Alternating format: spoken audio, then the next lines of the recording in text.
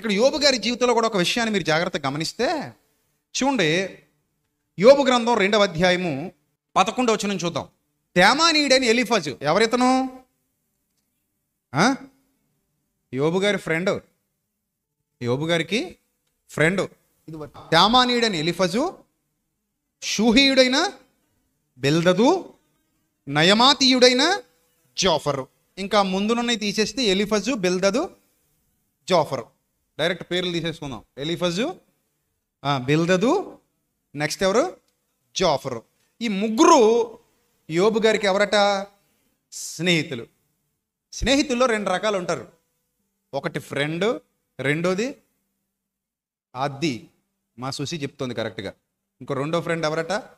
Best friend అట. Bestie. ఏటి? Bestie. So ఈ ఫ్రెండ్లో ఇంతకీ బెస్ట్ ఫ్రెండ్లేనా ఈ ముగ్గురును? గుర్తుపెట్టుకోండి, ఫ్రెండ్లు అందరూ బెస్ట్ ఫ్రెండ్లు గారు. ఫ్రెండ్స్ యందు బెస్ట్ ఫ్రెండ్స్ వేరయ్యా.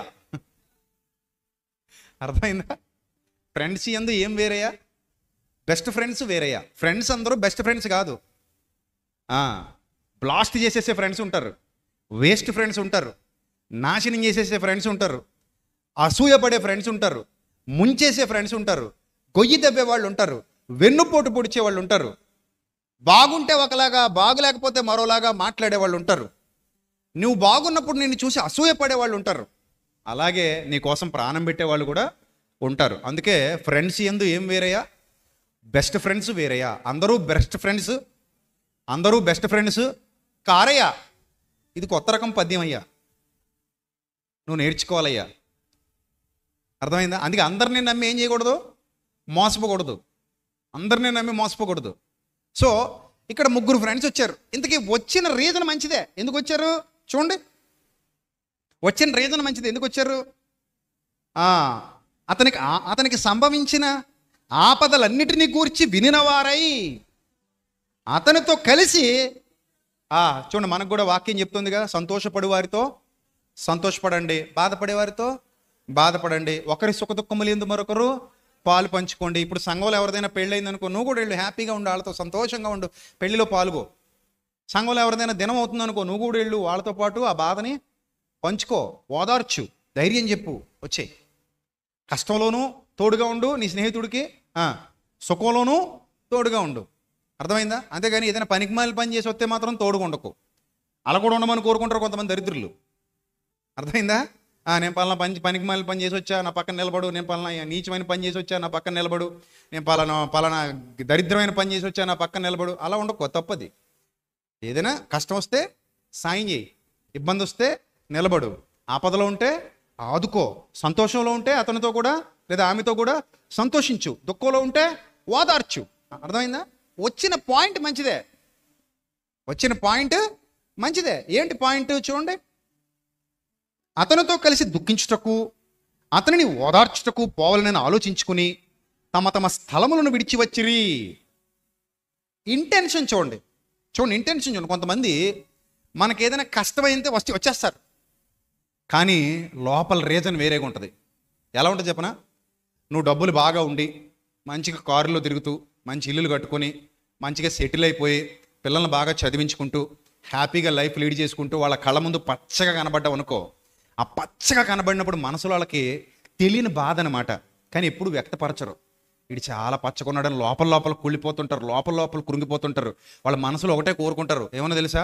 వీడు ఎప్పుడు పాడైపోతే అప్పుడు చూడాలరా బాబు అని, వీడు ఎప్పుడు పడిపోతాడా అప్పుడు చూడాలరా బాబు అని కోరుకుంటారు. కొంతమంది దుర్మార్గులు ఉంటారు ఇలాంటి వాళ్ళు.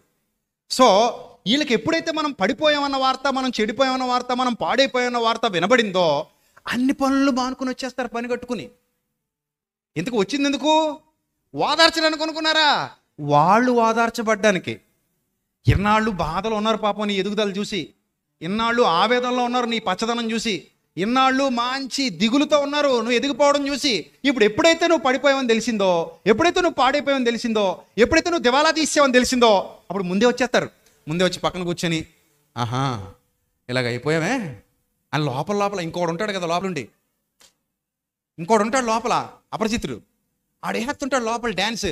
ఆ డ్యాన్స్ వేసేసుకుంటూ పక్కన కూర్చొని, అర్రే ఎంత బాధ వచ్చిందిరా నీకు, ఎలా బతికేవాడురా, అసలు నువ్వు తిరిగే కారు ఎవడకుండేదిరా ఊళ్ళో, అలాంటి కారులో తిరిగేవాడు నువ్వు, అసలు ఎలాంటి బైకులు వాడేవాడురా నువ్వు, అసలు మీ తాత నువ్వు మీ నాయన, అసలు మీ ఇల్లు చచ్చ ఇప్పుడు ఇందులో ఉంటున్నావా, ఆ ఇల్లు అమ్మేసేరేట్ అయితేనే అయ్యయ్యయ్యో అంటాడు. కానీ లోపల అమ్మయ్యా ప్రశాంతంగా ఉంది లోపల.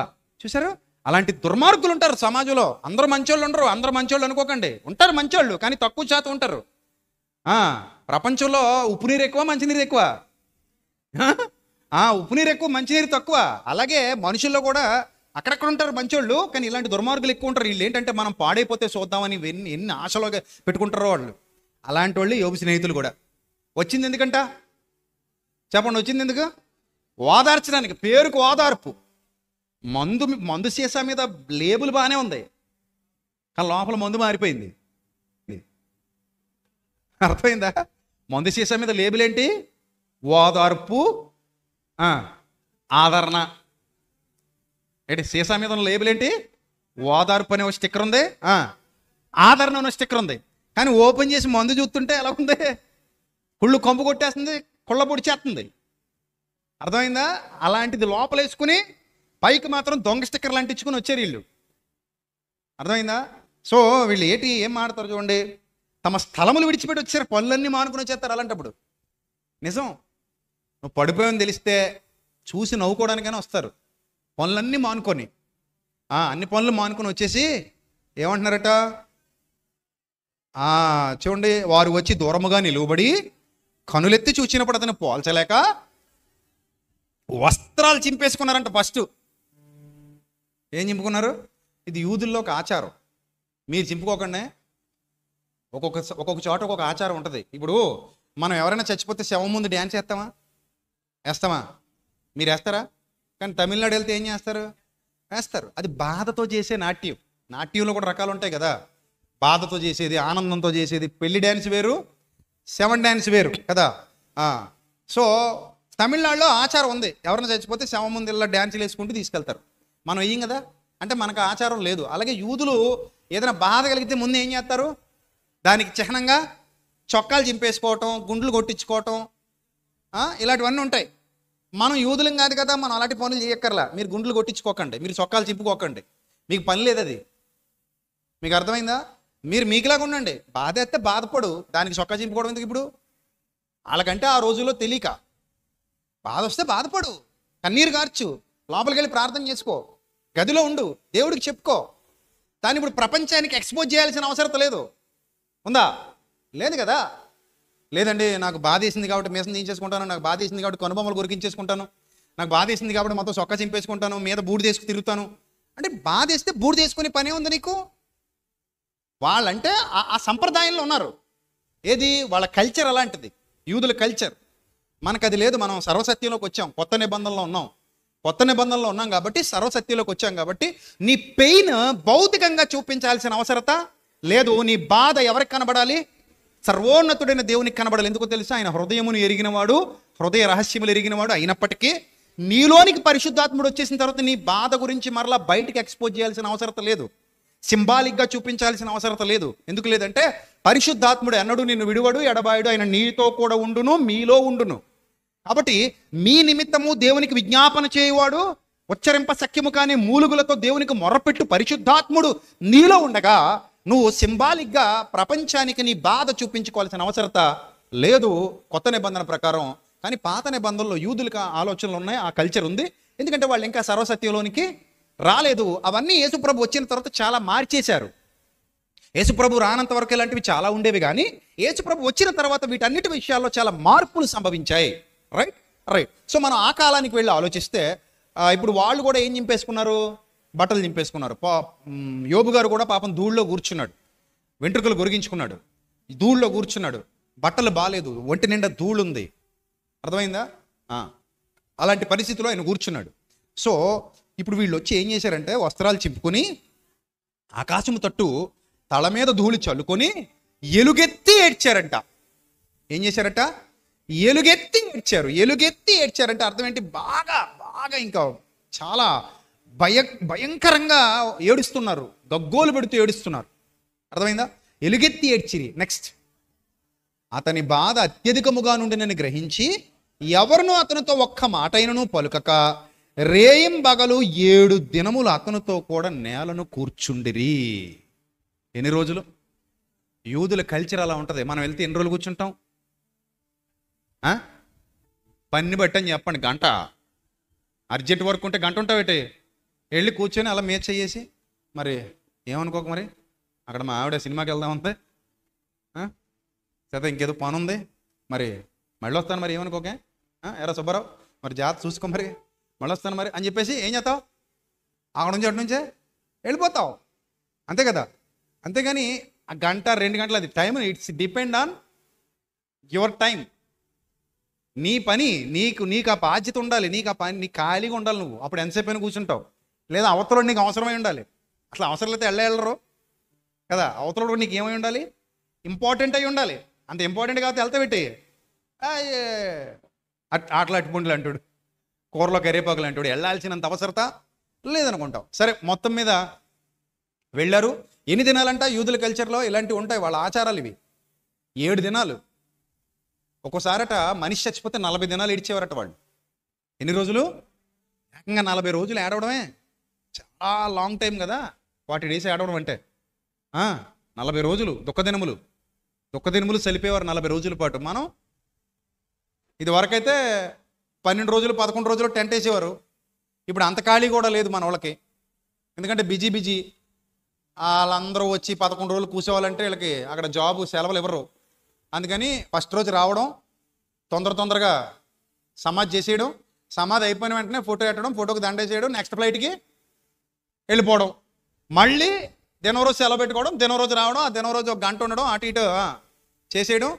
ఇదివరకు అట్లా గంటలు ఏమి లేవు కదా, అంత క్యాటరింగ్ ఇచ్చేస్తున్నారు, టైంకి భోజనం వచ్చేస్తుంది, అందరికీ పెట్టేయడం, చక్కగా టాటా గుడ్ బై బాబాయ్ అయిపోయింది, అంతా థ్యాంక్ యూ అయిపోయింది, వెళ్ళిపోతున్నా అది వెళ్ళిపోవడం. ఇప్పుడు దినాలు అలాగ అయిపోయినాయి. ఇదివరకైతే ఓ 11 రోజులు టెంట్, 12 రోజులు గొడవ, అక్కడ ఒకడు కూర్చోవడం, ఆ గొడవలు అట్టు తిరగడం, సో గడ్డలు గీసుకోవడం అందరు కలిసి. అబ్బో పెద్ద పెద్ద ప్రాసెస్సే ఉండేది. ఇప్పుడు ఉండే కొలితే ఆ ప్రాసెస్లు కూడా ఉండవు. నాకు తెలిసి త్వరలో దినాలు కూడా ఎత్తేస్తారు. అంటే కుదరక ఇప్పుడు ఎవరు చేస్తారండి అన్ని దినాలు, ఇవి మనకు అవసరం అని. ఇంకా సిటీ కల్చర్ అలాగా మన పిల్లలు పెద్దోళ్ళు అయిపోయిన తర్వాత ఇంకా వాళ్ళు ఇంకేం చేద్దాం, ఓ భవిష్యత్తులో పెళ్ళిళ్ళు కూడా ఉండవంట. ఇప్పటికే మానేస్తున్నారంట పెళ్ళిళ్ళు చాలా వరకు. ఇంకా ఉదయం పెళ్ళి చిరాకు అంటున్నారంట. ఇంకా ఫ్యూచర్లో మొత్తం ఎత్తేస్తారు, గేట్ సుధమ గుమ్మర్ర గేట్ ఎత్తారు. ఇంకా పెళ్ళిళ్ళు అవి ఉండవు, ఇంక అంత సుధమ గుమ్మర్రే. అలాంటి పరిస్థితులు వస్తాయేమో మరి. సరే, మొత్తం మీద వీళ్ళు ఆ బాధ 7 దినాల పాటు కూర్చునేలా చేసింది. 7 దినాల పాటు వాళ్ళందరూ కూర్చున్నారు, ఏం మాట్లాడకుండా, అంతా మౌనం. ఎన్ని రోజులు మౌనం? 7 రోజులు మౌనం. సరే, 8వ రోజున యోబు మాట్లాడడం మొదలుపెట్టి తాను పుట్టిన దినాన్ని శపిస్తున్నాడు. నేను పుట్టకపోయి ఉంటే బాగుండు, నాకు అసలు ఆ రోజు నేను జన్మించకపోయి ఉంటే బాగుండు, నా బర్త్డే జరగకపోయి ఉంటే బాగుండు అని చెప్పేసి తన పుట్టిన దినాన్ని యోబు శపిస్తున్నాడు. శపిస్తూ అతని బాధను ఎక్స్ప్రెస్ చేస్తున్నాడు. అతని వచ్చింది ఎందుకు? ఓదార్చడానికి. 7 రోజులు ఎలా ఉన్నారు? మౌనంగా ఉన్నారు. అంటే ఆయన నోట్లోంచి ఏమవుతుందా అని చూస్తున్నారు. సో ఆయన నోట్లోంచి వచ్చింది ఏమని వచ్చిందంటే, నేను ఏం తప్పు చేయలేదు, నేను యథార్థంగానే ఉన్నాను, నేను నీతిగానే ఉన్నాను, నేను ఏ తప్పు చేయలేదు, కానీ ఎందుకు మరి ఇలాంటి దుస్థితి నాకు సంభవించిందో నాకు తెలీదు, నేను పుట్టిన దినము శపింపబడును గాక అని తన పుట్టిన దినాన్ని శపిస్తున్నాడు. అర్థమైందా? సో అంటే తన బాధలో పలికే మాటలు, ఆవేదనలో పలికే మాటలు, ఇబ్బందిలో పలికే మాటలు. మరలా మీకు ఒక విషయం చెప్తున్నాను వినండి. ఎవరైనా దుఃఖంలో ఉండి బాధలో ఉండి మాట్లాడినప్పుడు దాన్ని కన్సిడర్ చేయకండి ప్లీజ్. మీ బంధువులే, మీ స్నేహితులే, మీ ఇంట్లో వాళ్ళే దుఃఖంలోనో బాధలోనో వాళ్ళు ఏదో మాట్లాడతారు. దాన్ని దుఃఖంలో మాట్లాడుతున్నారని మీరు అర్థం చేసుకోవాలి, బాధలో మాట్లాడుతున్నారని అర్థం చేసుకోవాలి. దాన్ని మీరు తీసుకుని దానికి మళ్ళీ కోడిగుడ్డు గీకలు బీకి చిలవలు పలవలు చేసి, ఆ రోజు నువ్వు ఇలాగ అన్నావు కదా అని చెప్పి దాని మీద పగబెట్టుకుని, దాని మీద పంతం పట్టుకుని, దాని మీద మాట్లాడడం మానేసి, దాని మీద గొడవ పెద్దది చేసి, దాని మీద అక్కర్లేని హడావిడి చేసి, దాని మీద అక్కర్లేని పంచాయతీలు పెట్టి అనవసరంగా బంధాల్ని బలహీనం చేసుకోకూడదు, అనవసరంగా బంధాలని విచ్ఛిన్నం చేసుకోకూడదు. అది భర్త కావచ్చు, భార్య కావచ్చు, తల్లి కావచ్చు, తండ్రి కావచ్చు, అన్న కావచ్చు, చెల్లి కావచ్చు, అక్క కావచ్చు, తమ్ముడు కావచ్చు, పిల్లలు కావచ్చు, ఎవరైనా కావచ్చు. ఇంట్లో ఏదైనా ఒక బాధ వాళ్ళ హృదయంలో ఉన్నప్పుడు, దుఃఖం వాళ్ళ హృదయంలో ఉన్నప్పుడు, ఆ దుఃఖంలో ఆ బాధలో ఏదో మాట్లాడతారు. కానీ తర్వాత మీరు సమయం ఇస్తే వాళ్ళే రియలైజ్ అవుతారు, అవకాశం ఇస్తే వాళ్ళే రియలైజ్ అవుతారు. వాళ్ళు రియలైజ్ అయ్యేంత వరకు మీరు ఓపిక పట్టాలి అంతే. దానికి మీరు బంధాలు బలహీనం చేసుకోకూడదు. దానికి మీరు బంధాలు విచ్ఛిన్నం చేసుకుని కోల్పోయి నీకు నాకు ఇంకా సంబంధం లేదు అన్నట్టుగా మీరు తయారు కాకూడదు. ఎందుకు? యథార్థవంతులు బాధలో మాట్లాడేటప్పుడు వాళ్ళు బాధ కొద్దీ ఏదో ఒక మాట అన్నారు అంతే. అది నిజం కాదు. అది ఆ బాధ చల్లారిపోతే, ఆ బాధ తగ్గిపోతే వాళ్ళు మళ్ళీ మామూలు మనిషి అయిపోతారు. ఇక్కడ యోబు కూడా ఎలా మాట్లాడుతున్నాడు? బాధలో మాట్లాడుతున్నాడు. బాధలో తను శపించుకుంటున్నాడు. నా తల్లి గర్భద్వారములు మూసేసి ఉంటే బాగుండు, నేను పుట్టినరోజు అంధకారం అయిపోతే బాగుండు, నేను అనవసరంగా పుట్టాను అన్నట్టు బాధపడుతున్నాడు. సో ఇవన్నీ బాధలో అకాల సంభవమై కంటబడని ఒక పిండం వలె నేను చీకట్లో రాలిపోయి ఉంటే బాగుండు. అంటే తల్లి గర్భంలో పిండంగా ఉన్నప్పుడే నేను రాలిపోయి ఉంటే చీకట్లో కలిసిపోయేవాడిని కదా, అలాంటి స్థితి నాకు వచ్చేస్తే బాగుండేది కదా, అలాంటి పరిస్థితి నాకు వచ్చేస్తే బాగుండేది కదా అని బాధలో మాట్లాడుతున్నాడు ఎవరు? యోబు. సో ఆయన బాధలో ఆవేదనలో ఉన్నప్పుడు విన్నారు, ఓపిగ్గా విన్నారు, ఆయన చెప్పేదంతా విన్నారు. విన్న తర్వాత వీళ్ళు ఏం మాట్లాడుతున్నారు చూడండి. 4వ అధ్యాయము. దానికి తేమానీయుడైన ఎలీఫజు ఇలాగు ప్రత్యుత్తరం ఇచ్చెను. ఎవడైనా సంగతి ఎత్తి నీతో మాటలాడిన ఎడల నీకు వ్యసనము కలుగునా? అయితే వాదింపక ఎవడు ఊరుకొనగలడు? అనేకులకు నీవు బుద్ధి నేర్పిన వాడవు, బలహీనమైన చేతులను బలపరిచిన వాడవు, నీ మాటలు తొట్టిల్లు వారిని ఆదుకొని ఉండెను, కృంగిపోయిన మోకాళ్ళు గలవారిని నీవు బలపరిచితివి. అయితే ఇప్పుడు శ్రమ నీకు కలుగగా నీవు దుఃఖాక్రాంతుడవైతివి, అది నీకు తగులగా నీవు కలవరపడుచున్నావు. నీ భక్తి నీకు ధైర్యం పుట్టింపదా? నీ యథార్థ ప్రవర్తన నిరీక్షణకు ఆధారము కాదా? జ్ఞాపకం చేసుకో, నిరపరాధి అయిన ఒకడు ఎప్పుడైనా నశించినా. ఈ ఒక్క మాట చాలదా? చెప్పండి, ఈ ఒక్క మాట చాలదా? ఏంటిది? ఏం మాట అంటారు దీన్ని? ఓదార్పు మాట. ఇది ఓదార్పు మాట అంటారమ్మా దీన్ని. ఏం మాట అంటారమ్మా దీన్ని? పుండు మీద కారం చల్లడం, లేదా కుటిలమైన మాటతో కలవరపరచటం, పొడవటం, సూటిపోటి మాటలు అంటారు చూడండి. సూటిపోటి మాటలు బైబిల్ గ్రంథంలో కూడా చెప్తాడు. సామెతల గ్రంథంలో కత్తిపోటు వంటి మాటలు పలుకువారు కలరు. ఏం పోటవి? కత్తిపోటు లాంటి మాటలట. అంటే వీళ్ళు నోట్లో కత్తులు పెట్టి తిరుగుతుంటారు. కత్తులన్నీ ఎక్కడుంటాయి? బాకులు, డాళ్ళు, సోలాలు ఇవన్నీ ఎక్కడుంటాయి? నాలుక మీద ప్యాక్ చేసి ఉంటాయి. వాళ్ళ నోట్లోంచి ఉమ్మి రాదు బయటికి, నోట్లోంచి తుంపర్లు రావు బయటికి. ఏమొస్తాయి? నోట్లోంచి బుల్లెట్లు వచ్చినట్టు కత్తులు సరమని వచ్చేస్తుంటాయి. అవి లోపల గుండెల్లోనికి దిగిపోతాయి. ఇక ఆ బాధ మరిచిపోవడం నీ వల్ల కాదన్నమాట. అంతగా నోటి మాటతో సంపేస్తాను బిడ్డ అన్నట్టు. దేంతో? నోటి మాటతో. కత్తిపోటు వంటి మాటలు పలుకువారు కలరు. వాళ్ళకి అది వచ్చేది అది బాగా తెలిసిన విద్య. వాళ్ళకి బాగా తెలిసిన విద్య. ఏదో విధంగా అవతల వాళ్ళని బాధ పెట్టాలి, ఏదో విధంగా అవతల వాళ్ళని ఇబ్బంది పెట్టాలి. అందుకే చూడండి, ఇది ఓదార్చే మాట అంటారు అసలు దీన్ని. ఒక స్నేహితుడు బాధలో ఉండి బాధ కొద్దీ ఏదో మాట్లాడుతున్నాడు. దాన్ని నువ్వు కన్సిడర్ చేసేస్తావా? చూడండి, అప్పుడప్పుడు ఎవరైనా చనిపోయిన వాళ్ళ ఇంటికి వెళ్తాం. వాళ్ళు బాధలో ఏదేదో మాట్లాడుతుంటారు, ఏడుస్తూ. వాళ్ళకి తెలియదు అది. దాన్ని మీరు రికార్డ్ చేసి దాన్నే ప్రాథమికంగా తీసుకోకండి. అర్థమైందా? కొన్ని సందర్భాల్లో మైండ్ సరిగా వర్క్ చేయదు. మనం మాట్లాడే మాటలన్నీ ఆచితూచి ఆలోచించే సమయం అక్కడ ఉండదు. అక్కడ బాధలో ఉన్నారు వాళ్ళు. ఎవరో ఇంట్లో చచ్చిపోయినారు, ఏదో యాక్సిడెంట్ జరిగి ఉంది, లేదా ఏదో ఒంట్లో తెలియని బాధ ఉంది, ఏదో దుర్వార్త వినున్నారు, ఏదో రోగం గురించి వినున్నారు, ఏదో కష్టం వచ్చింది వాళ్ళకి, ఏదో సమస్య వచ్చింది వాళ్ళకి. ఆ సమస్యలో, ఆ బాధలో, ఆ ఇరుకులో, ఆ ఇబ్బందిలో వాళ్ళు ఏదో మాట్లాడతారు. దాన్ని నువ్వు కన్సిడర్ చేసేస్తావా? దాన్ని నువ్వు ప్రాథమికంగా తీసేసుకుంటావా? తీసుకుని ఇంక అక్కడితో నీకు నాకు కటిఫ్ అంటావా? అర్థం చేసుకోవాలి. ఇక్కడ వీళ్ళ మనస్తత్వం జాగ్రత్తగా గమనించండి. వీళ్ళు ఏ టైప్ మనస్తత్వం కలిగి ఉన్నారంటే, వాళ్ళు వచ్చింది అయితే నిజానికి ఓదార్చడానికి కాదు, వాళ్ళు వచ్చింది సమాధానపరచడానికి కాదు, వాళ్ళు వచ్చింది సాంత్వన అనుగ్రహించడానికి కాదు. వాళ్ళు యోబు పడిపోతే నిజానికి చూడాలని కళ్ళగంటున్న వాళ్ళలాగే కనబడతారు. ప్రతి మాటలో ఆ కుళ్ళు బయటికి కక్కుతానే ఉంటారు. మీరు ఇంటికి వెళ్ళాక యోబు గ్రంథం మొత్తం చదవండి. చదివారు ఎప్పుడైనా యోబు గ్రంథం మొత్తం? ఎప్పుడైనా కనీసం ఆత్మీయ జీవితంలో ఒక్కసారైనా యోబు గ్రంథం చదివిన వాళ్ళు చేయొద్దండి. ఒక్కసారి, 100 సార్లు కాదమ్మా అడిగింది. ఎన్నిసార్లు? ఒక్కసారే, ఒకే ఒక్కసారి. అబద్ధాలు ఆడితే ఆ తర్వాత మీ ఇష్టం. మరి చేతులు ఎత్తేసి పర్లేదు నువ్వు చూసావా ఏడ్చావా అన్నట్టు చదివేసి ఇప్పుడు ఏటి అంటున్నాను అనకండి. నా దగ్గర ఏంటి ఇప్పుడు అని నన్ను అనొచ్చు, కానీ ఎవరిని అనలేవు? ఆయన అనలేవు కదా. ఏంటి అన్నావు అక్కడి నుంచి ఏట్రా ఏంటి అంటాడు ఆయన. అప్పుడు నువ్వు ఏంటి అంటావా? అనలేవు కదా. అప్పుడు ఏం చేస్తావు? ఏంటి అన్నాడు అనుకో ఆయన, అబ్బాయి ఏం లేదు ప్రభు, ఏమో సరదాగా అంటున్నాను అనాలి తప్ప ఇంకా అక్కడి నుంచి మనం ఏం అనలేము. కనుక ఎవరైనా నిజంగా చదివారా యోబు గ్రంథం మీరు? ఒకసారి మళ్ళీ చేద్దండి, ఒకసారి చూస్తాను. ఒకసారి చదివిన వాళ్ళు ఒకే ఒకసారి, అంటే 2 అధ్యాయాలు చదివి మానేసిన వాళ్ళు కాదు సుమా. పూర్తిగా ఒకసారి చదువచ్చిన వాళ్ళు, చదువు రాని వాళ్ళు పర్లేదు, అలా కూర్చోండి. Very good, God bless you, దేవుడు మిమ్మల్ని దీవించిన కాక. సో ఇంటికి వెళ్ళిన తర్వాత మళ్ళీ ఒకసారి చదివే ప్రయత్నం చేయండి. పెద్ద టైం ఏం పట్టదు, ఒక రోజులో అయిపోద్ది గట్టి కూర్చుంటే. రైట్. సో ఇక్కడ ఏమంటాడంటే ఆయన, నువ్వు ఇంత చెప్తున్నావు కదా, ఇంత మాట్లాడుతున్నావు కదా, అసలు నేను క్వశ్చన్ అడుగుతాను నిన్ను.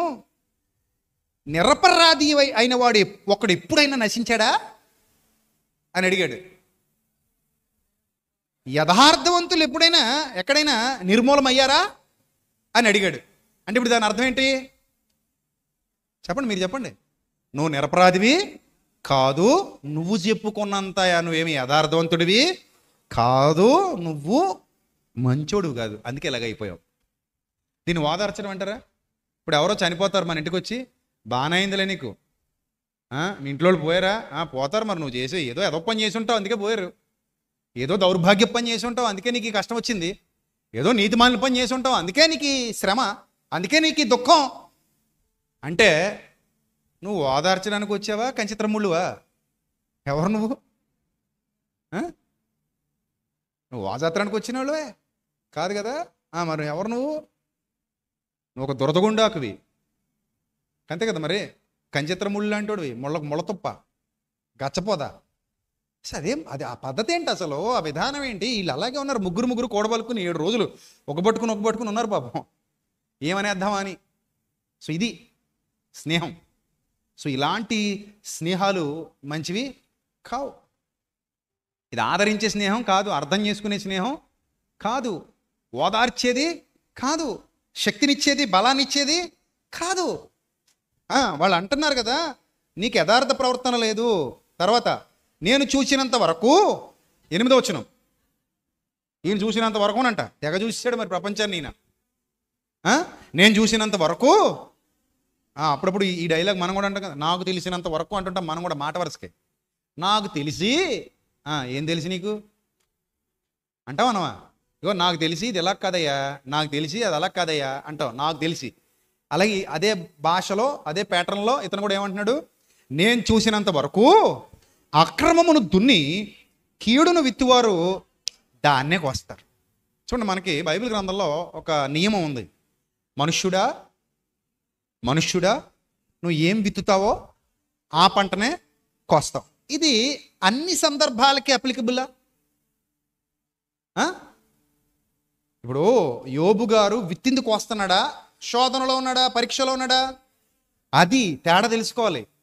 విత్తింది కొయ్యడం వేరు, పరీక్షకు నిలబడటం వేరు. 2 ఒకటి కాదు. జీవితం అన్నాక అన్నింటి సమాహారం. నీ జీవితం రకరకాల విధానాల్లో ముందుకు కదులుతూ ఉంటుంది. సో అన్నింటి సమాహారం జీవితం. సో కాబట్టి విత్తింది కొయ్యడం వేరు, శోధనకు నిలబడటం వేరు. ఇక్కడ భక్తుడు శోధనకు నిలబడ్డాడు. ఆయనే సాక్ష్యం ఇస్తున్నాడు, నేను ఏ తప్పు చేయలేదు, నా పిల్లలు పార్టీలు చేసుకున్నప్పుడు కూడా నేను దేవునికి విజ్ఞాపన చేశాను, ప్రతిరోజు నేను మానక విజ్ఞాపన చేశాను, నేను నీతిగానే ఉన్నాను, నేను యథార్థంగానే ఉన్నాను, నాకు తెలుస్తుంది కదా. ఇప్పుడు మిమ్మల్ని అందరిని అడుగుతున్నాను, మీ ఆత్మీయ జీవితం ఎలా ఉందో మీకు తెలుస్తుందా తెలీదా చెప్పండి? తెలుస్తుందా తెలీదా? అంటే తెలియనంత మైకోలో ఉంటాం మనం. ఏమా మిమ్మల్ని అడుగుతున్నాను నేను, మీరు మీ ఆత్మీయంగా మీరు బాగున్నారా బాగలేదా, ఎదుగుతున్నారా ఎదగట్లేదా అన్న విషయంలో మైకోలో ఉంటారా? తెలుస్తుందా మీకు? తెలుస్తుంది కదా మీ పరిస్థితి ఏంటో, మీరు ఏ విధంగా బ్రతుకుతున్నారో, దేవుని విషయంలో ఎలా ఉన్నారో, యథార్థంగా ఉన్నారో లేదో, కృతజ్ఞత కలిగి ఉన్నారో లేదో మీకు అర్థమైపోద్ది కదా. అలాగే యోబు తాను భక్తుడన్న సంగతి యోబు తెలుసు, అతనికి తెలుసు. ఇప్పుడు నేను ఏంటో నాకు తెలుసు, నీకెలా తెలుస్తుంది నా ఆత్మీయ అంతరంగం? నా భక్తి గురించి నువ్వెవరు చెప్పడానికి నువ్వు చెప్పలేవు. నా భక్తి ఏంటో, నా యథార్థత ఏంటో నాకు తెలుసు. నువ్వు పైపైన చూడగలవు, పైపైన చూసి కొంతమంది మార్కులు వేస్తుంటారు. దేవుడు లోపల అంతరంగాన్ని చూసి మార్కులు వేసేవాడు. ఆయన పైపైన చూసి మార్కులు వేయకూడదు.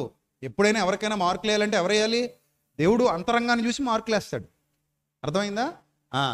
సో ఇక్కడ ఇంత చక్కగా చెప్తుంటే అంటాడు, కీడును విత్తువారు దానినే కోయుదురు, దేవుడు ఓదగా వారు నశించుదురు, ఆయన కోపాగ్ని శ్వాసము వలన వారు లేకపోవుదురు అన్నాడు. అంటే ఎంత దారుణంగా మాట్లాడంటే, అసలు నీకు కలిగిన సమస్త శోధన, నీకు కలిగిన సమస్త బాధ, నీకు కలిగిన సమస్త దుఃఖం నీ దుష్టక్రియల ఫలితం అన్నట్టు మాట్లాడాడు. ఏదో తప్పు చేసావు, ఆ తప్పుకు సంబంధించి కీడు అనుభవిస్తున్నావు. ఏదో పాపం చేసావు, ఆ పాపానికి సంబంధించిన ప్రతిఫలాన్ని నువ్వు అనుభవిస్తున్నావు. ఇది నువ్వు అనుభవించాల్సిందే అన్నట్టు. కాబట్టి ఇంకా అక్కడ నుంచి ఎన్ని మాట్లాడారంటే వాళ్ళు ఇంకా మాట్లాడుతూనే ఉన్నారు. అప్పటికి ఇక్కడ అంటాడు, యోబు అంటాడు ఇవన్నీ విన్న తర్వాత, యోబు గ్రంథం 6వ అధ్యాయము 14వ వచనం, కృంగిపోయిన వాడు సర్వశక్తుడకు దేవుని యందు భయభక్తులు మానుకొనినను. చూడండి, పరిస్థితి చూడండి. పాపం ఎవరైనా కృంగిపోతేనట, కృంగిపోయిన స్థితిలో వాడు మాయలో పడిపోయి, అపవాది ఎప్పుడు కూడా ఎక్కడ మిమ్మల్ని దేవుళ్ళలోంచి దూరం చేసేదంటే కృంగిపోయినప్పుడే. మీరు ఏ విషయంలో ఒకవేళ కృంగిపోతే, తట్టుకోలేక బేర్ చేయలేక మీరు ఉంటే, అప్పుడు ఆ పొజిషన్ కరెక్ట్గా చూసుకొని అపవాది టార్గెట్ చేస్తాడు. మీరు దేవునికి దూరం అయిపోయేలా చేస్తాడు, సత్యానికి దూరం అయిపోయేలా చేస్తాడు, అపవాదికి దగ్గర అయ్యేలా చేసుకుంటాడు, సత్యవాక్యం నుండి అసత్యంలో కూడా తీసుకెళ్ళిపోతాడు, అవసరత సంఘానికి దూరం చేస్తాడు, దేవునికి దూరం రకరకాల కార్యకలాపాలు. నువ్వు ఎక్కడైతే భక్తిగా ఉండవో వాడికి తెలుసు. నిన్ను ఎక్కడ పడేస్తే నీ భక్తి జీవితం సన్నగిల్లిపోతుందో వాడికి తెలుసు. అలా లాక్కుపోవడానికి ట్రై చేస్తాడు వాడు. అందుకే ఇక్కడ ఏం రాయబడింది అంటే గ్రంథంలో, కృంగిపోయిన వాడు సర్వశక్తుడకు దేవుని యందు భయభక్తులు మానుకొనినను, అప్పుడట స్నేహితుడు వానికి దయచూపతగును అన్నాడు. అంటే ఈ స్నేహితుడు ఏం చేస్తాడంటే, దుర్దశలో ఉన్న వాడిని కాపాడడానికి ముందుకు వస్తాడు. అరే వీడు పడిపోయాడు, నా ఫ్రెండ్ ఏమయ్యాడు, పడిపోయాడు, ఇప్పుడు పడిపోయిన నా స్నేహితుడిని నేనేం చేయాలి, లేవనెత్తాలి అని ట్రై చేస్తాడు.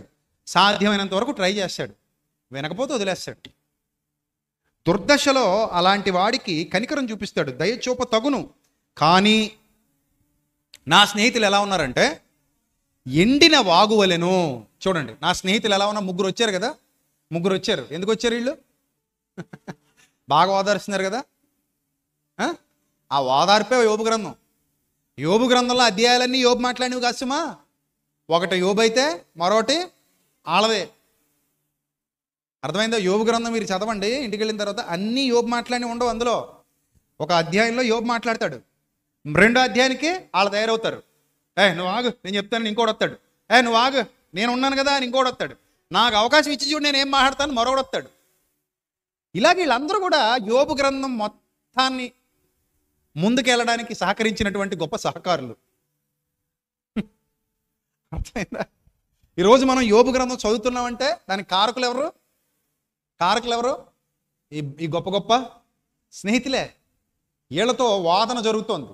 అంటే ఇది ఎందుకు ఈ గ్రంథాన్ని దేవుడు ఇచ్చాడంటే, బాధలో ఉన్నవాడిని, శోధనలో ఉన్నవాడిని కాకులు పొడిచినట్టుగా లోకం పొడుస్తుంది అనటానికి ఉదాహరణ ఈ పుస్తకం. నీకు ఎన్ని బాధలు వచ్చినా, ఎన్ని కష్టాలు వచ్చినా, ఎన్ని కన్నీళ్ళు వచ్చినా ధైర్యంగా నిలబడు, శక్తి కలిగి నిలబడు, బలం కలిగి నిలబడు.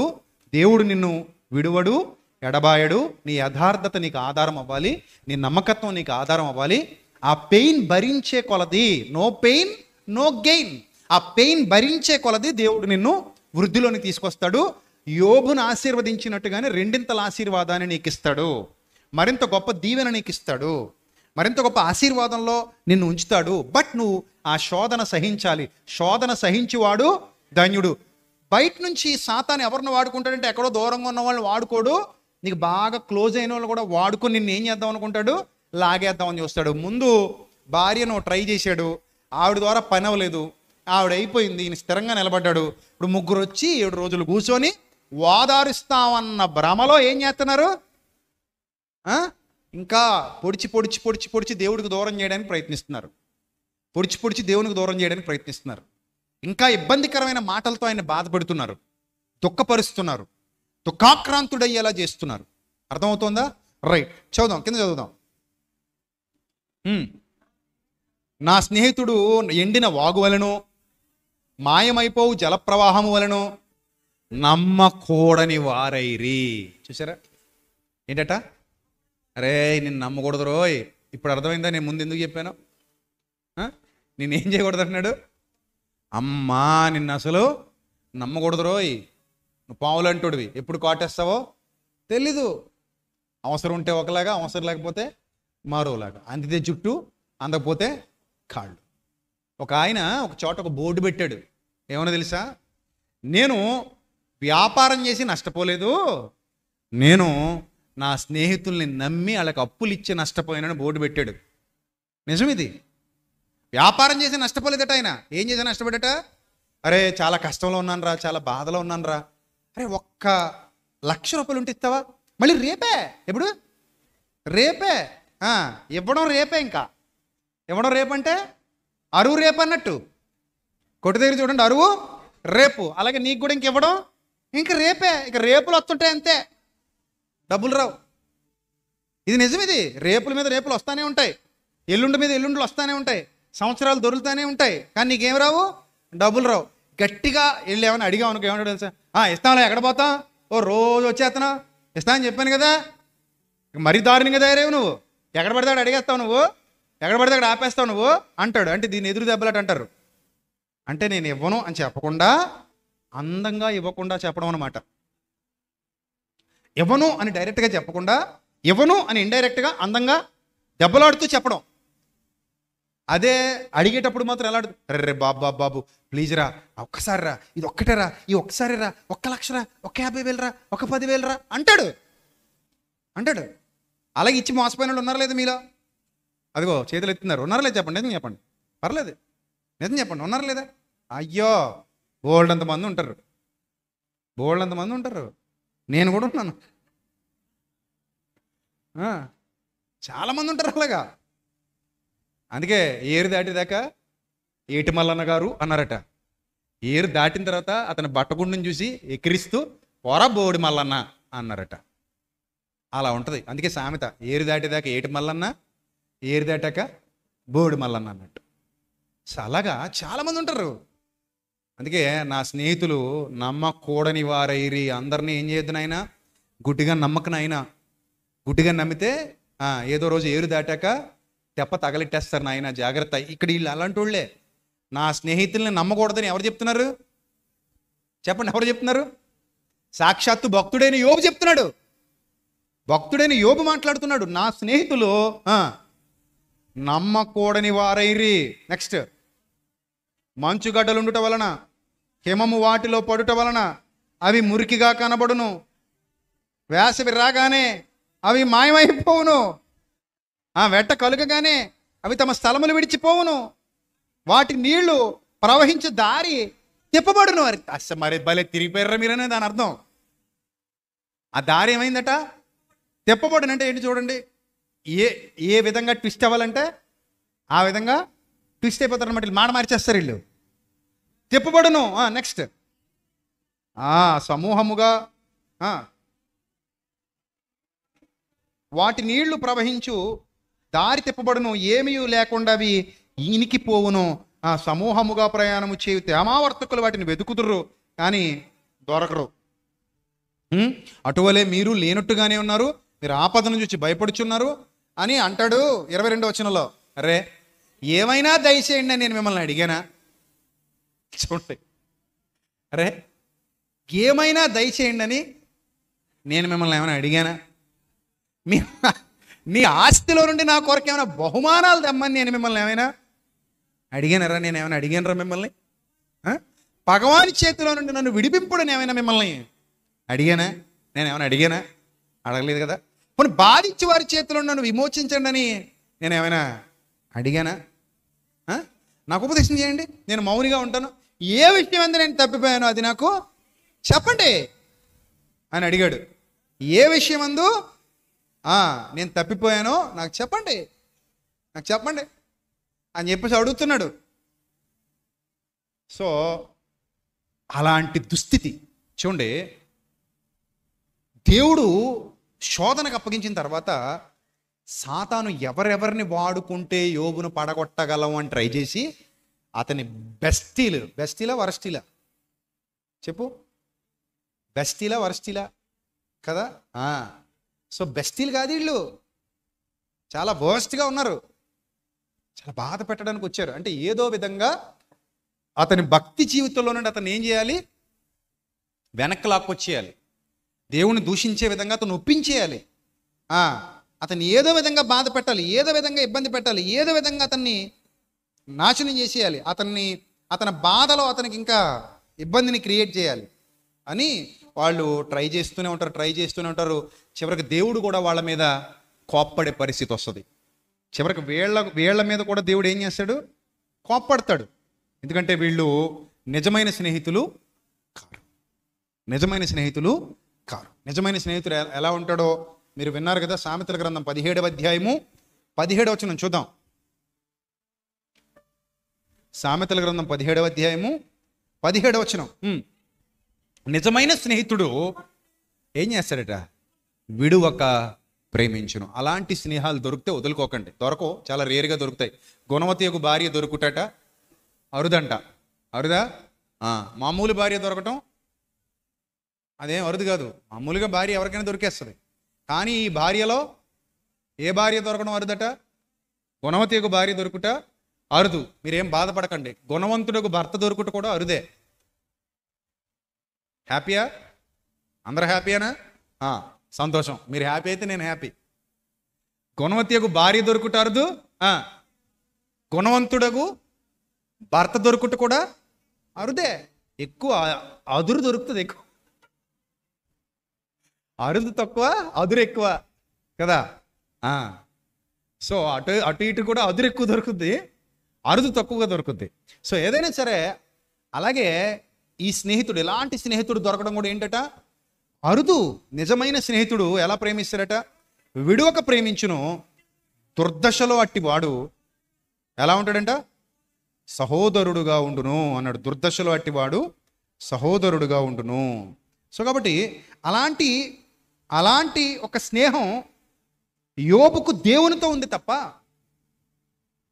మనుషులతో లేదు. మనుషుల్లో కూడా ఉంటారు, మంచి స్నేహితులు ఉండరని నేను చెప్పట్లేదు, ఉంటారు. కానీ రేర్, ఎక్కడో ఉంటారు. మంచివాని కొరకు సహితము ఒకడు మరణించుట అస్సలు ఉండరా అరుదా? చెప్పండి, అస్సలు ఉండరన్నాడా దేవుని గ్రంథంలో? మరి ఏమన్నాడు? అరుదు అంటే అరుదుగా ఉంటారనేగా. ఉంటారు. ఫ్రెండ్షిప్ కోసం ప్రాణం ఇచ్చే స్నేహితులు కూడా ఉంటారు. కానీ ఎక్కడో రేరుగా ఉంటారు. ఆ రేరుగా దొరికే ఫ్రెండ్షిప్ ఎక్కడైనా ఉంటే వదులుకోకండి. అర్థమైందా? ఫ్రెండ్షిప్కి మతం లేదు, ఫ్రెండ్షిప్కి కులం లేదు, ఫ్రెండ్షిప్కి ప్రాంతం లేదు, జాతి లేదు. వాళ్ళు ఏ మతమైనా, ఏ కులమైనా, ఏ ప్రాంతమైనా, ఏ జాతి అయినా వాళ్ళు నిజమైన స్నేహితులైతే తప్పకుండా వాళ్ళతో నువ్వు ఫ్రెండ్షిప్ చేయొచ్చు. దుర్దశలో అట్టివాడు నీకు ఎలా ఉండాలి? సహోదరుడుగా ఉండాలి. నిజమైన స్నేహితుడు నిన్ను విడువక ప్రేమించాలి. దుర్దశలో నీకు అట్టివాడు ఎలా ఉండాలి? సహోదరుడుగా ఉండాలి. అలాంటి వాళ్ళతో ఫ్రెండ్షిప్ చేయొచ్చు, ఏం తప్పలేదు. వాళ్ళు ఎవరైనా కానీ వాళ్ళు నిన్ను మోసం చేయరు, వాళ్ళని మాయ చేయరు. వాళ్ళు యథార్థవంతులు, యథార్థంగానే ఉంటారు, నమ్మకస్తులు, నమ్మకంగానే ఉంటారు. వాళ్ళది ఒక రూపాయి పోయినా ఒప్పుకుంటారు, కానీ నీది ఒక రూపాయి అన్యాయంగా తినడానికి మాత్రం ఒప్పుకోరు.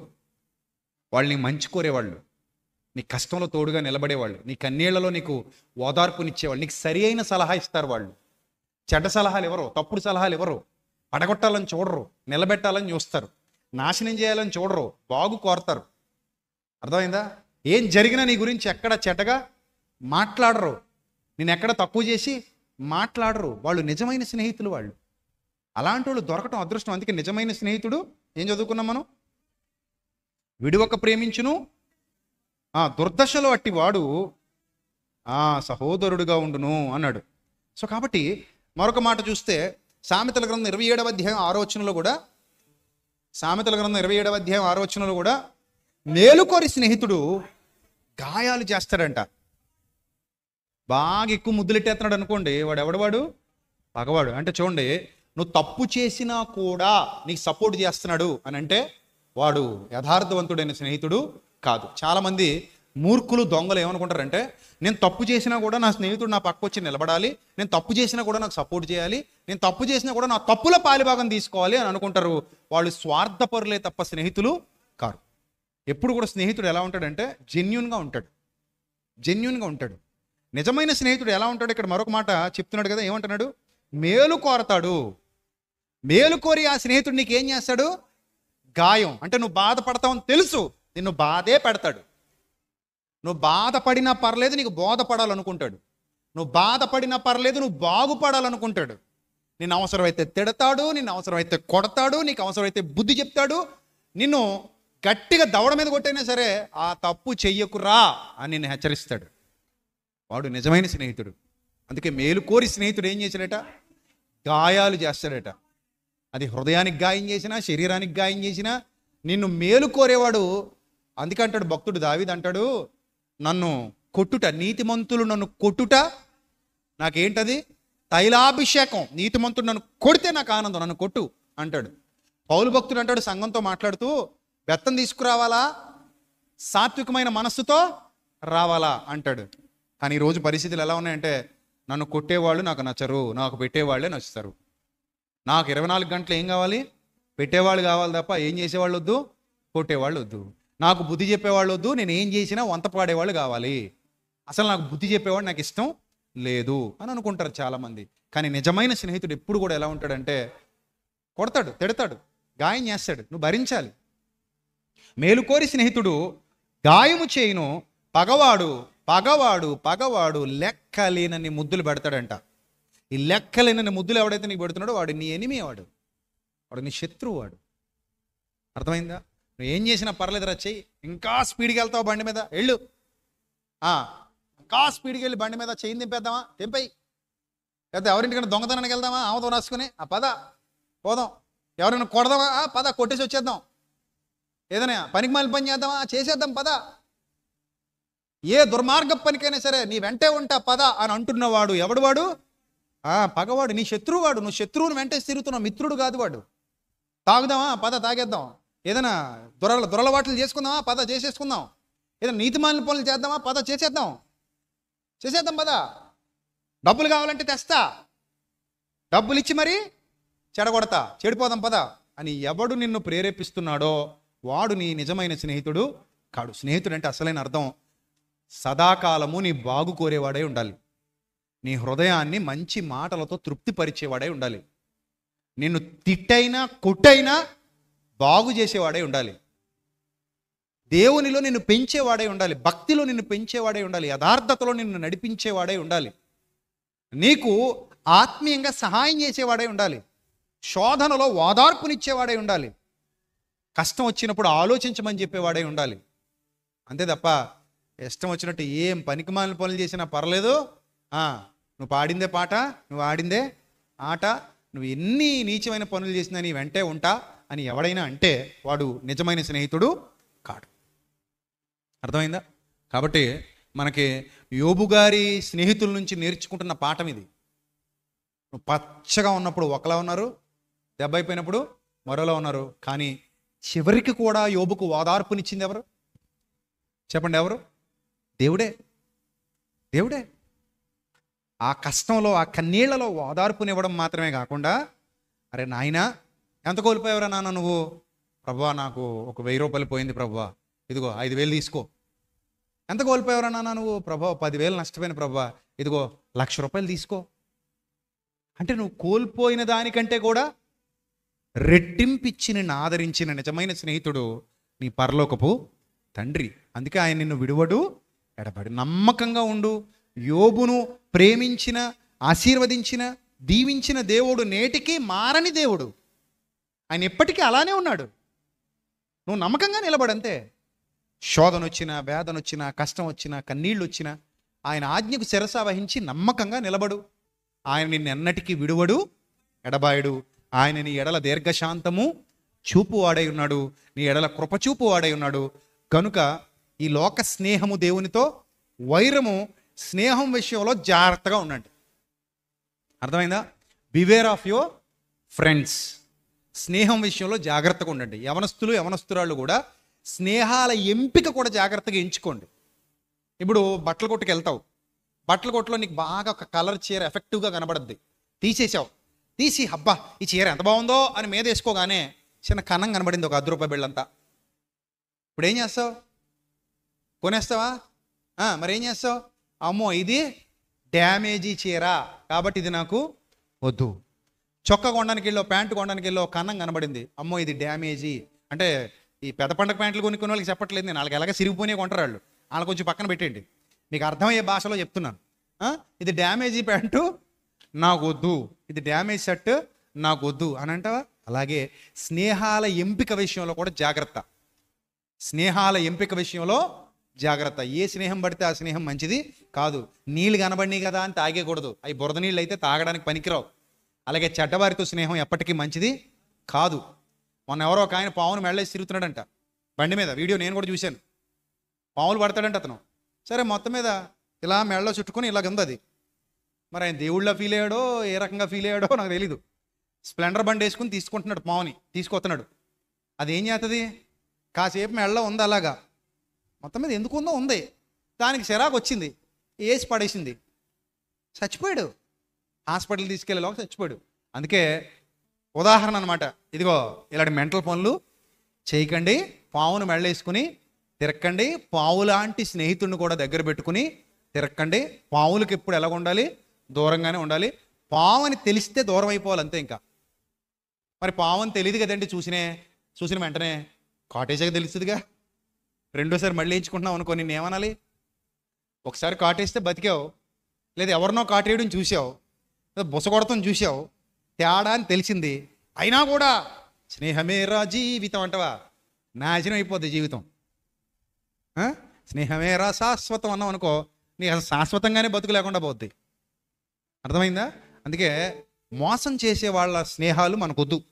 అలాంటి వాళ్ళ స్నేహాలు పొందడం కంటే కూడా ఒంటరిగా అడవిలో ఉండడం మేలు.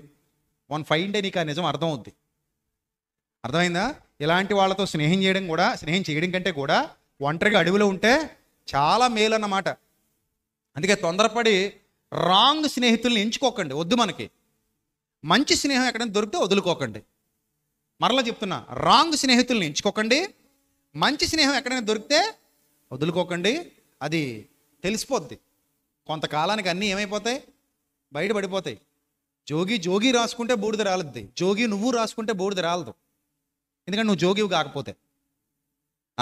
ఇది బూడిదని తెలిసినప్పుడు నువ్వేం చేస్తావు? మెల్లిగా పక్క జరిగిపోతావు కదా. లేదు ఇంకా రాసుకుంటాం ఎలాగంటే రాసుకో, బూడిద రాల్చుకో, ఎవడొద్దన్నాడు నిన్ను? అంతే కదా. మరి లేదు ఇది కరెక్ట్ కాదని తెలిసినప్పుడు నువ్వేం చేయాలి? He's wrong person, he's not right person, he's a wrong person అని అన్నప్పుడు వెంటనే నువ్వు అవాయిడ్ చేసేయాలి, పక్కన పెట్టేయాలి. ఆ తర్వాత ఇంక యోబు స్నేహితులు నాకు తెలిసి మళ్ళీ వచ్చి ఉండరు.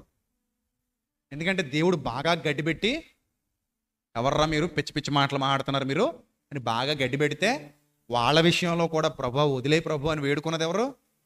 యోబే. మళ్ళీ వాళ్ళని కాపాడింది ఎవరు? యోబే. ఈసారి ఎలాండ్రా అంటే పోయి ఉంటారు. నాకు తెలిసి ఇంక మళ్ళీ ఇప్పుడు వచ్చి ఉండరు. ఎందుకంటే పావలా ఉంటేనే అంత ఏడిపేడిసిన వాళ్ళు 10 రూపాయలు వచ్చాక ఇంకా జీవితాంతం ఏడుస్తూనే ఉంటారు వాళ్ళు. అంతే కదా.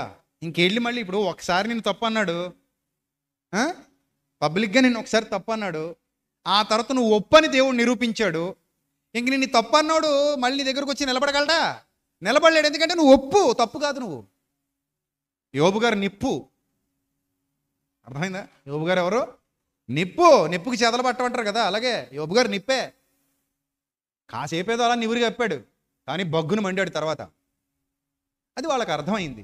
ఇంకా మళ్ళీ అన్నాడు ఆయన్ని ఎదుర్కొనే ప్రయత్నం చేయరు. జీవితకాలంలో ఎప్పుడు ఆయన ముందుకొచ్చి నిలబడరు, ఆయన్ని తప్పుపడరు. ఎందుకంటే వ్యతిరేకత ఎక్కడి నుంచి వచ్చింది? దేవుడి నుండి వచ్చింది. దేవుడు మాట్లాడడం మొదలుపెట్టాడు. కాబట్టి ప్రియమైన దేవుని ప్రజలారా, ముఖ్యంగా యవనస్తులారా, మీరు స్నేహాలు చేయడం మంచిదే, కానీ స్నేహం వల్ల నష్టపోయిన వాళ్ళు ఉన్నారు, స్నేహం వల్ల బాగుపడిన వాళ్ళు ఉన్నారు. స్నేహాలు మంచివి ఎంచుకోండి. చెడ్డ స్నేహాలు ఎంచుకొని మీ జీవితాన్ని పాడు చేసుకోకండి. మరి ముఖ్యంగా మొదటి స్నేహితుడు ఎవరు? సర్వోన్నతుడైన తండ్రిని మర్చిపోకండి. ఆయన అబ్రహాము నాకు స్నేహితుడు అన్నాడు. అబ్రహాము నాకు స్నేహితుడు అన్నాడు. అలాగే దేవుడికి మీరు స్నేహితులుగా మారితే మీ దీవెన, మీ ఆశీర్వాదం ఎక్కడికి తొలగిపోదు. జీవితకాలం అంతా మీరు నిర్భయంగా ఉంటారు, నిశ్చింతగా ఉంటారు. ఎలా ఉంటారు? నిర్భయంగా ఉంటారు, నిశ్చింతగా ఉంటారు. అటు ధన్యత దేవుడు మీకు అనుగ్రహించును గాక. తలలు వంచండి, ప్రార్థన చేసుకుందాం. మహాపరిశుద్ధుడైన మా కన్న తండ్రి, మహోన్నతుడ, దయగల దేవ, కృపగల ప్రభువ, ఇంతవరకు మీ విలువైన జ్ఞాన సంగతులు తండ్రి, ఆత్మ సంబంధమైన ఆలోచనలు మీ వాక్యమును బట్టి మీ పిల్లలకు అందించడానికి మీరు సహాయం చేసినందుకు స్తోత్రం తండ్రి. ప్రభా, బిడ్డలందరినీ దీవించండి, మీ కృపలో వర్ధిలింప చేయండి. వారు విని విడిచిపెట్టే గుంపులో గాక విన్నటువంటి వాక్యమును అనుసరించి జీవించగలిగే భాగ్యమును ప్రసాదించండి. ముఖ్యంగా లైవ్ ద్వారా వీక్షించినటువంటి పిల్లలు ఎంతమంది అయితే ఉన్నారో వారి జీవితాల్లో కూడా ఈ వాక్యం బహుగా ఫలించునుగాక. 30 60 100 ఫలించునుగాక. లైవ్ ద్వారా వీక్షించి ఈ ప్రార్థనలో ఏకీభవిస్తున్న నా చెల్లెమ్మలు, నా అక్కలు, తమ్ముళ్ళు, అన్నయ్యలు, పెద్దలు, చిన్నలు అందరినీ జ్ఞాపకం చేసుకోండి. ప్రభా, వారు మాకు దూరంగా ఉన్నప్పటికీ మీ వాక్యమును బట్టి దగ్గరై ఉన్నారు. మీ వాక్యమును బట్టి మా హృదయాల్లో ఉన్నారు. వారి యొక్క ప్రతి శోధనలో మీ వెలుగులు ఇవ్వండి. వారి యొక్క ప్రతి వేదనలో వారి కన్నీరు తొడవండి.